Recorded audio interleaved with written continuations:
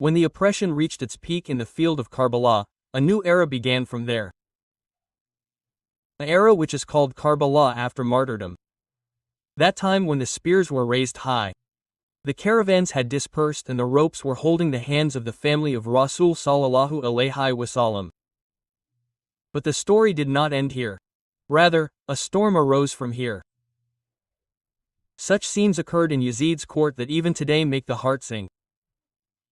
And in those very moments, Yazid's wife's eyes fell on Hazrat Zainab. Then such a confrontation took place that shook the doors and walls of the palace.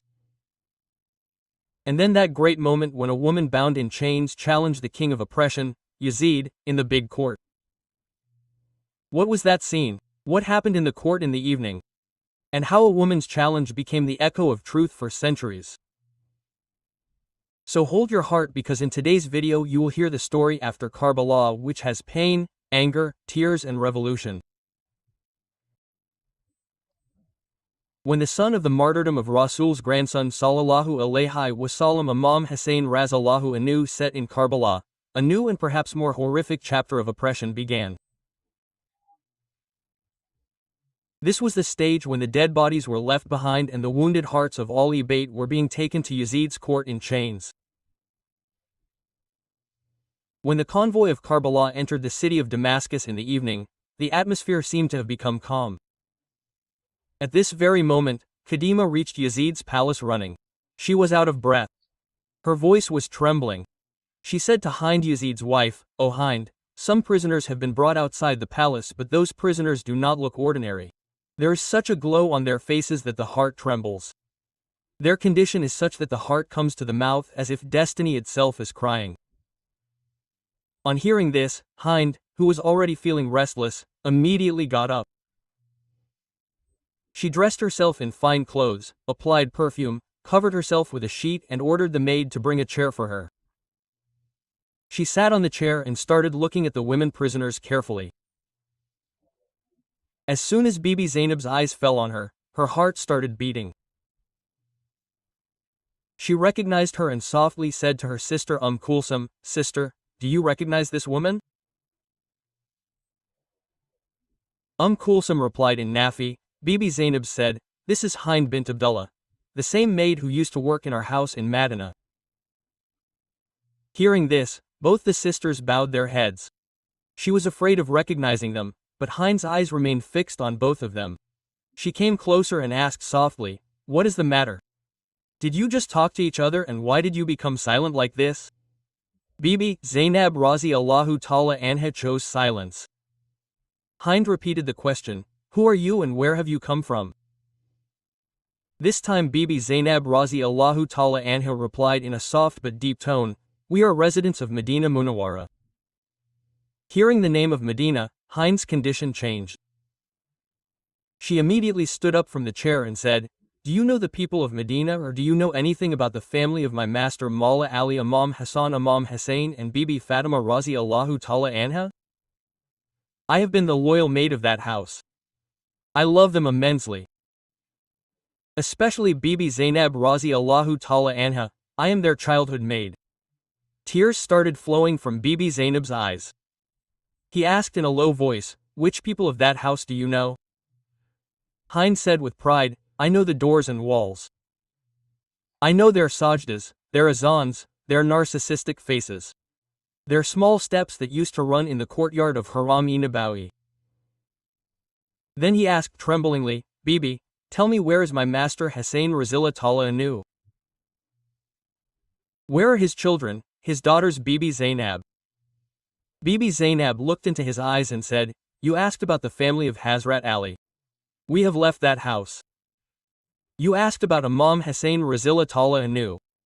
This head that is placed in front of your husband, this is the head of your master Hussein. You talked about children Ali, so we left Abbas Qasim and Muhammad in the desert of Karbala. Thirsty bodies, unburied. You asked about the lineage of Imam Hussein.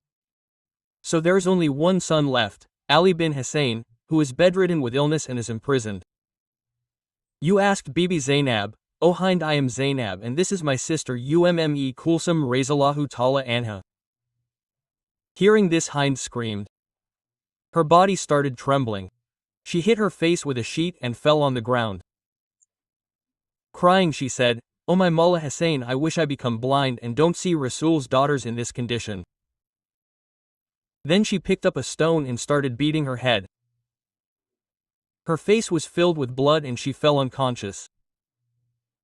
When she regained consciousness, Bibi Zainab came close to her and said, "Oh Hind, you get up and go to your house. Your husband is a tyrant. We will bear our pain. We don't want that your peace is also destroyed because of us." Hind replied with tears in her eyes and closeness in her tone, "Bibi, no one is dearer to me than Hussein Razallahu Ta'ala Anu.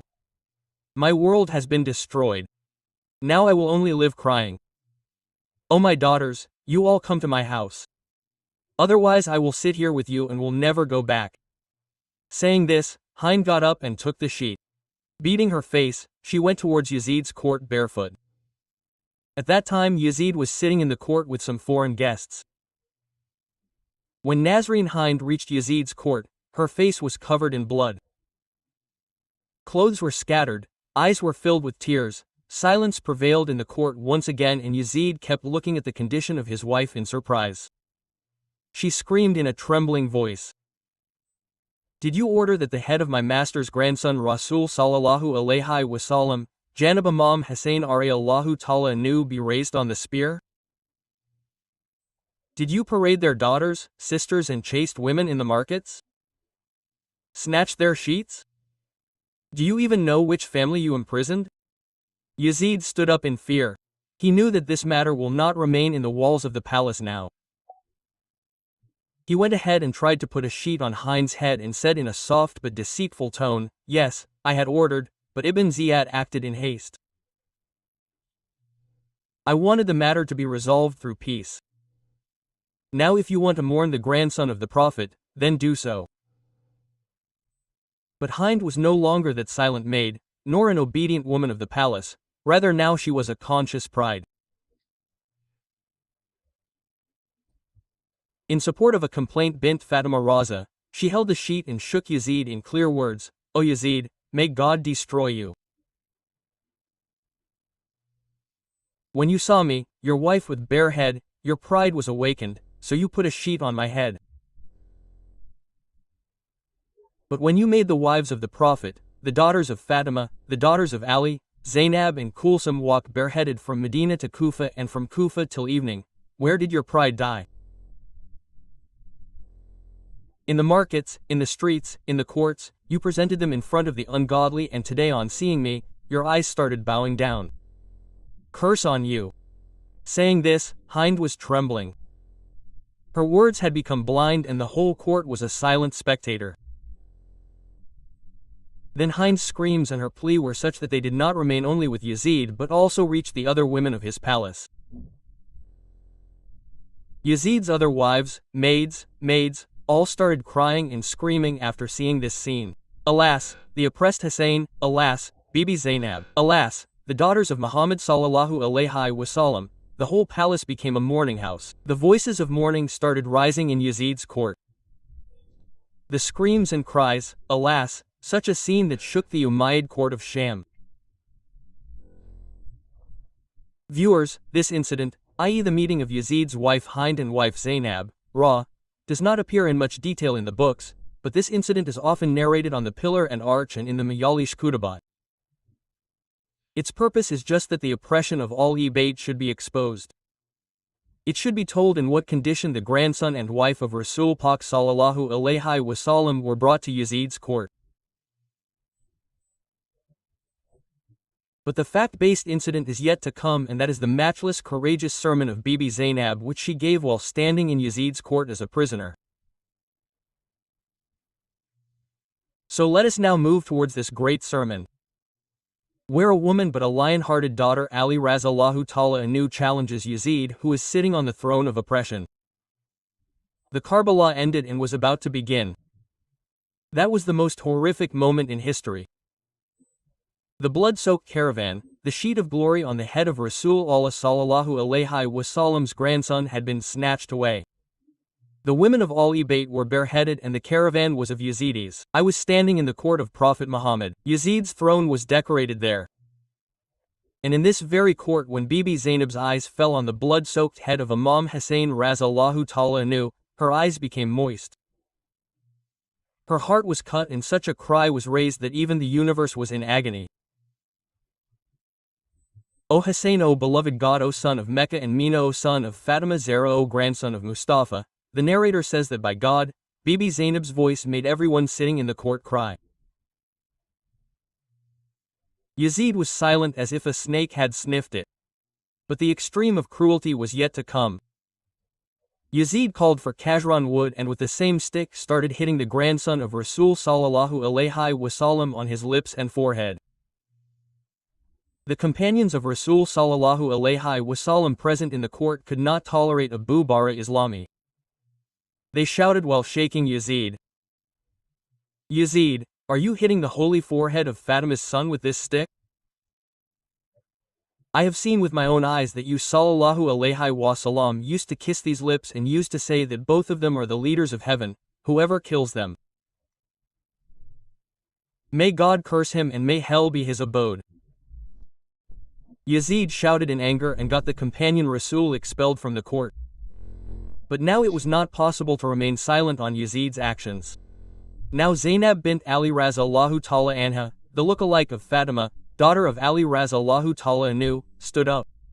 There was no sheet on her head, there were chains of imprisonment and confinement on her body, but there was a tsunami of truth on her tongue. Bibi Zainab Razallahu Ta'ala anha started the sermon. Such words which caused an earthquake in the heart of history. All praise for that God who is the Lord of the universe and bestows blessings. Glory to Prophet Muhammad and his pure al-Ebayt. Then in a moment, the glory and tone of Hazrat Zainab, grew louder. O Yazid, do you think that you tied us in ropes and made us wander from place to place and we were humiliated? Do you think that you became great by being cruel and we became disgraced by being oppressed? No, this is your misunderstanding. Today you are intoxicated with victory. You are proud by keeping the crown of Khilafat on your head. But you have forgotten that it is the order of God that those who are infidels, those who deny the truth, we give them deals so that their sins increase. And then a humiliating punishment is ready for them.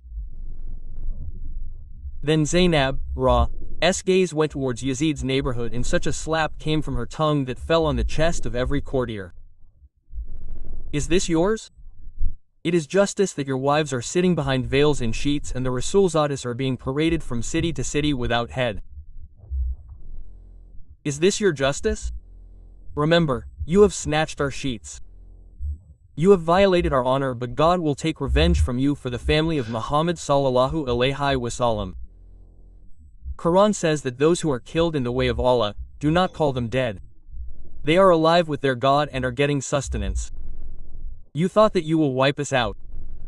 Never. You cannot wipe out our memories from the hearts of people. Neither will their hopes be wiped out nor will our glory be diminished. You can deceive as much as you want, you can cheat as much as you want. But remember, the stain of the crime you have committed will shine on your forehead till the day of judgment. Your vision is weak. The days of your rule are numbered. And the day is not far when a publican will call out, "Curse be on the oppressors." Khutba it was over but there was silence in the court. Yazid's eyes were down. He was still in the joy of trust. Now he was trembling with the words of Bibi Zainab. Yazid turned over. He wanted to break this silence.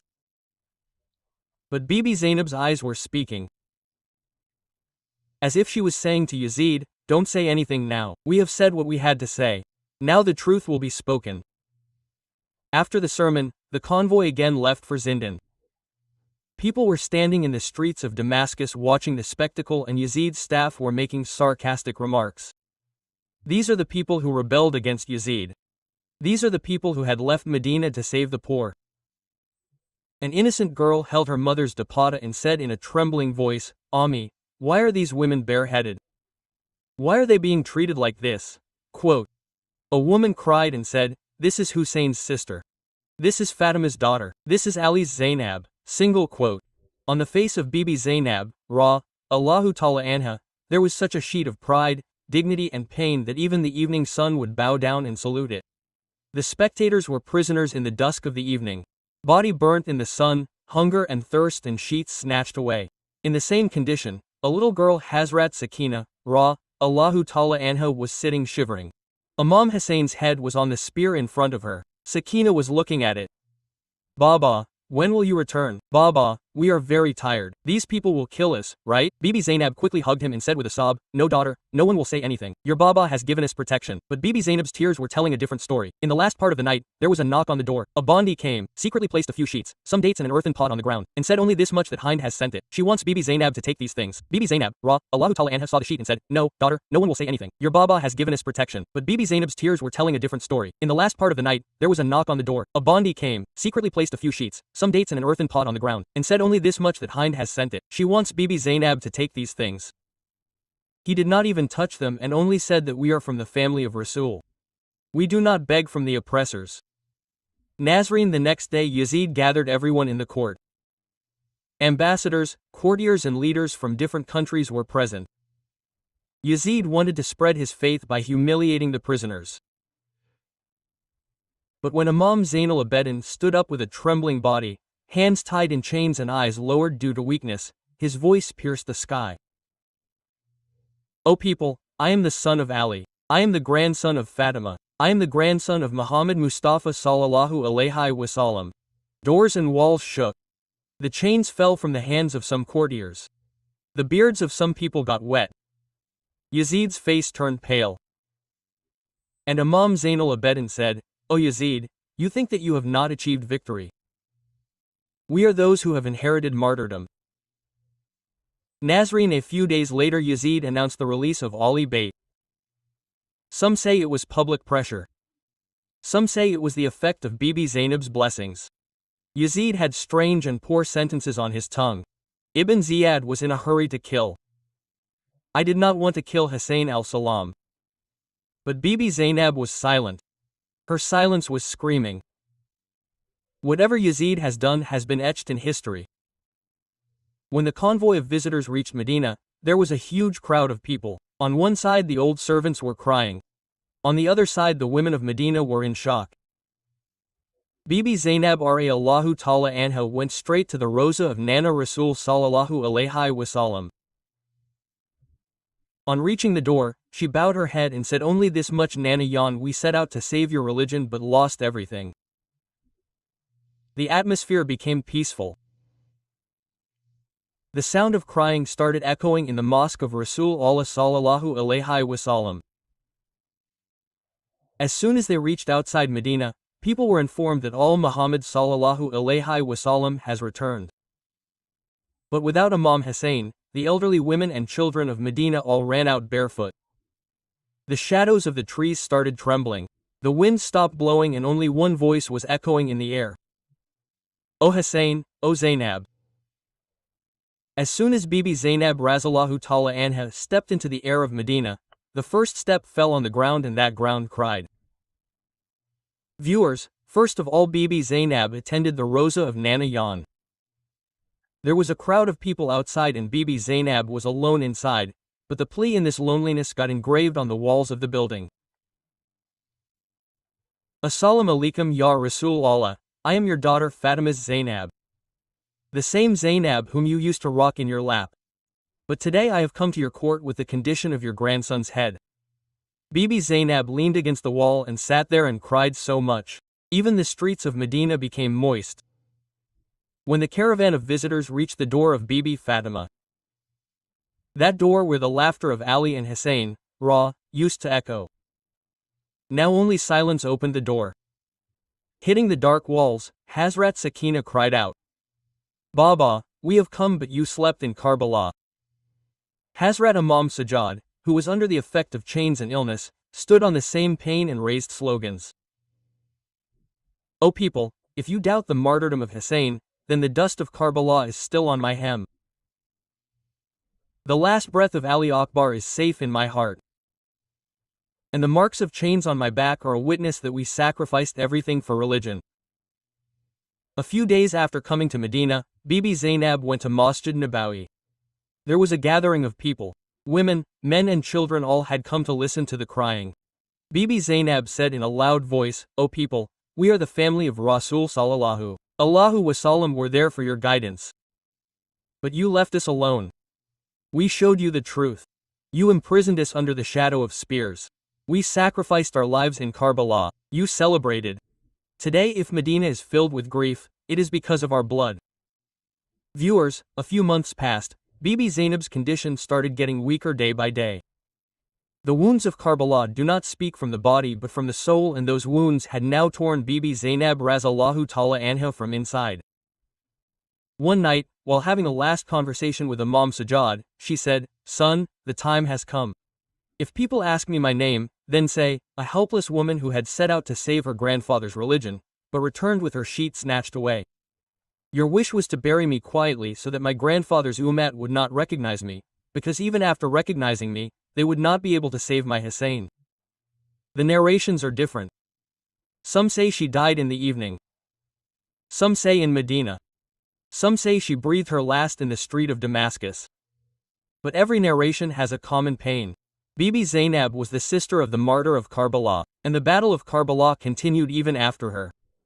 In hearts, on tongues and in the pages of history. Viewers, this is not just a historical tale. This was the journey that started after Karbala, in which heads gave up their lives on spears, and Zainab, Allahu Ta'ala anha, wrapped in the chains of imprisonment, made Yazid's palace a member of justice. Those whom the tyrants considered as helpful became the ones who shook the conscience of the universe.